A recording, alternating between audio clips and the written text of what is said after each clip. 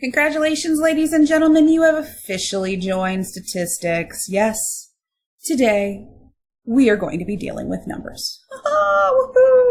We're actually going to be having math in our math class now. We've done a lot. We've done a lot with statistics. We've talked about what is data, what does data represent. We talked about if I even look at data, what can it tell me, looking at the graphical displays. Then we talked about how can I collect that data? How do I get it in the first place? And now we're to the point where we're going to say, okay, well, what does that data tell us? And that's what this unit is all about. This unit is about going from data that we've collected and being able to then say something about the world at large. Now, Chapter 17 is about sampling distribution models. What that means is we are going to be linking a sample to a population. So I'm going to take a sample. In fact, I'm going to take many, many, many samples, and I want to see how do those relate back to the original population. So the thing that we need to recognize first is that the populations themselves can be different. A population could be normally distributed, for example, IQs or birth weights, but a population doesn't have to be. There are bimodal distributions if you're talking about the amount of sugar in cereals, because you have adult cereals and kids cereals. You're going to have a much different distribution for those two. You're going to have uniform distributions. What is the expected number to pop up if you were to toss a die? Well, they all have the same probability, so that is a uniform distribution. You'll have some distributions that are skewed, for example, like income. Then you'll have some distributions that just don't fit anything. They just look weird. But that's okay, because from any population we can take a sample. So we're going to examine a couple of different population types. And what we're going to do is from each population, no matter what the shape is, we're going to take a sample of it. And from that sample, you're going to figure out, for us, we're going to do an average. That could also be a proportion. It could be a median, mean, mode. It can be all sorts of different things, but we're going to look at averages. And then what we're going to do is we're going to do that many, many, many times. We're not just going to take one sample. We're going to take 5 samples, or 10, or 10,000, or 100,000. And we're going to see, okay, what does that do to the averages? What does it do to all the different possible averages that I could actually happen? And we're going to look at those in histograms. What we're going to do is we're going to compare what do those distributions look like from the samples to the original population. Is there some sort of a link between them? And just figure out what kind of properties we have. So here we go. What we're looking at here is a parent population. That means what is the entire population? If I were to get every single person, what would it look like? I'd have most of them centered in here. This pink line right here means that's my median. It's also where my blue line is. That's the mean. The standard deviation is shown here. That's 5. So just with this population, this is normal. What can I determine? Well, what I can do here is I can take different samples. My samples can be all sorts of different sizes. My samples, just to see what the difference here is, I'm going to take a sample of 25, and I'm going to take a sample of 5. And what we're going to do is with each of those, we're going to take the average. So from the sample of 25, what's the average?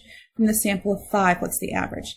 And we're pulling from this distribution according to the probability. So we're going to have more that should come from the center and less that comes from the outside.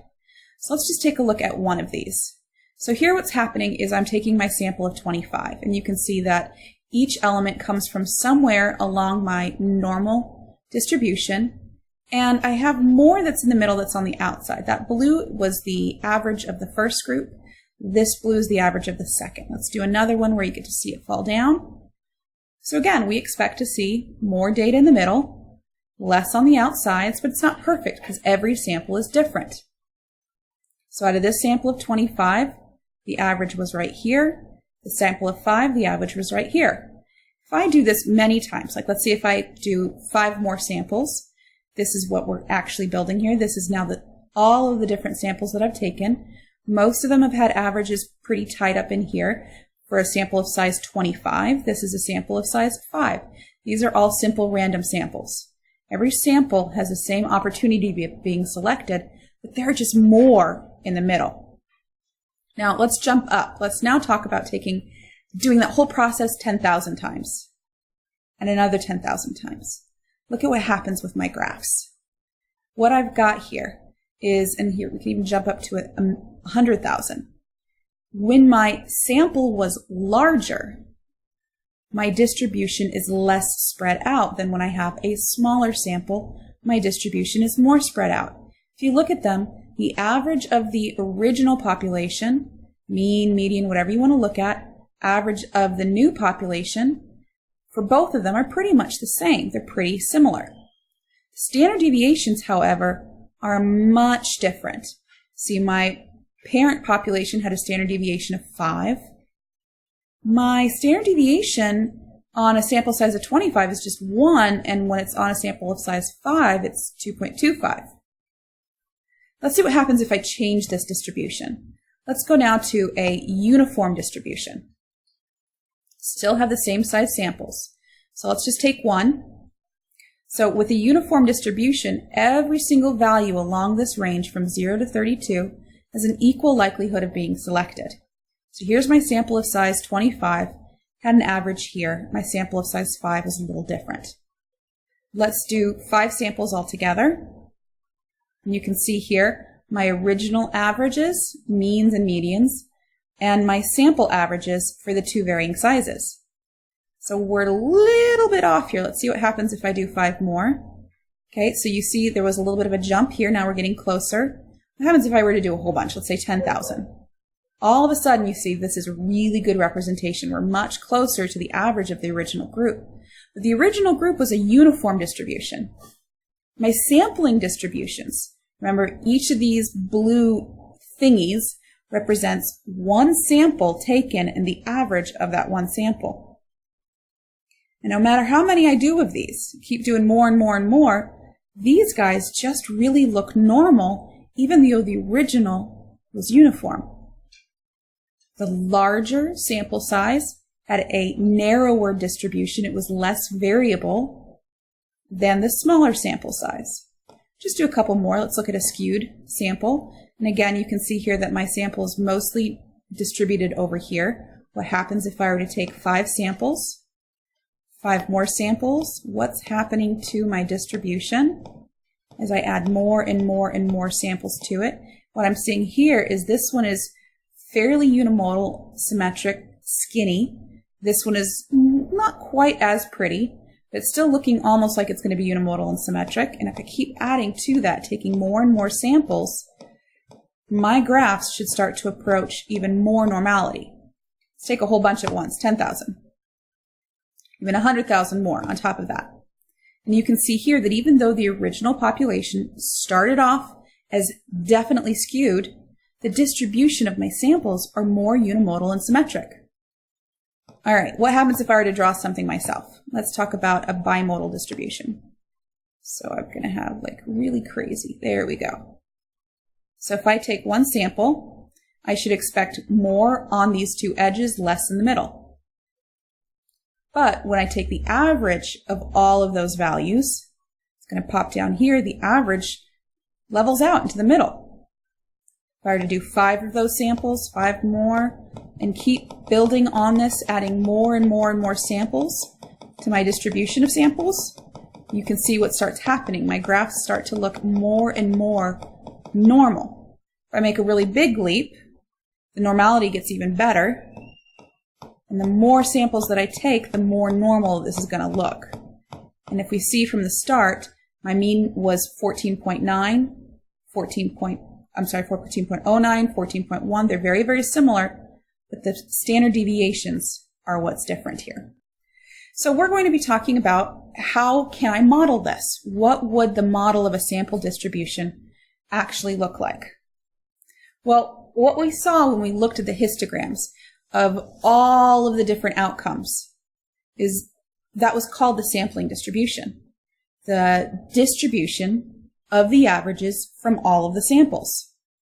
And that histogram, no matter what the original parent graph looked like, the parent population, it's going to be unimodal, symmetric, and centered at, if we're talking proportions, it's going to center at the proportion of the population parameter. If we're talking about means, it will be centered at the mean of the population. So it should be centered wherever the parent graph is centered, whether that's means or proportions or whatever. But what's really cool here is that no matter what the parent distribution looked like, the normal model is going to be appropriate for the histogram of the sampling distributions. That's what makes statistics so nice. Even though my initial population might not be unimodal and symmetric, it's okay. The distribution of the samples should be. So when we looked at those models, it showed you that while our samples might vary from one sample to the next, the proportions themselves from those samples should be able to give us a normal distribution that we will be able to use math and calculations on. So, a little bit more with that. The sampling distribution model is talking about how do these breakdowns occur? Where do we expect the data to fall? Well, these are models. They were normal, so we had normal models. To use a normal model, remember you want to talk about where the mean is and what the standard deviation is. Recall from class that we said that if I had a normal model, I can actually talk about that as normal with the mean of something and a standard deviation of something else. That right there is the population. Because remember, populations have parameters. And the parameters use mu and sigma. We're going to be moving on from parameters, though, and we're going to be talking about statistics. And that's because even though my population should be centered at the original parent function's center, the standard deviation is going to be looking a little bit different. And this is the formula that we're going to be using for standard deviations. And basically what this says is it's the square root of PQ over N, where P is the probability of success, Q is the probability of failure, so those two add up to 1, but we're multiplying them, divided by N, the sample size. And therefore, our sampling distribution for the proportions of the samples has its mean also at the same proportion and its standard deviation centered here. Now, that will give us a graph that looks like this. This is still our normal model. So we are taking this, sorry about that was interesting. We are taking this graph and we're plotting the mean in the middle, or whatever proportion that we're talking about. We're going to be looking first at proportions. They do a lot nicer math than the means do. And then we go out one standard deviation in each direction. So to the right is positive, to the left is negative. And using that idea that the standard deviation for a sample, which we also usually use for a sample as S, is the square root of PQ over N. So each one of those moves out in either direction. For the normal model, we get to say 68% falls within one standard deviation. What happens within 2? It's going to be 95. And then within 3, that's 99.7. And so we get to use all of those same things again. Now, we might have that one sample that shows up out here. And that sample is nowhere near this middle guy. Or maybe we have the sample that's perfectly lined up in the center, or one that's all the way out here. Natural sampling variability does that. Tells me that there's going to be some samples that spread this whole thing.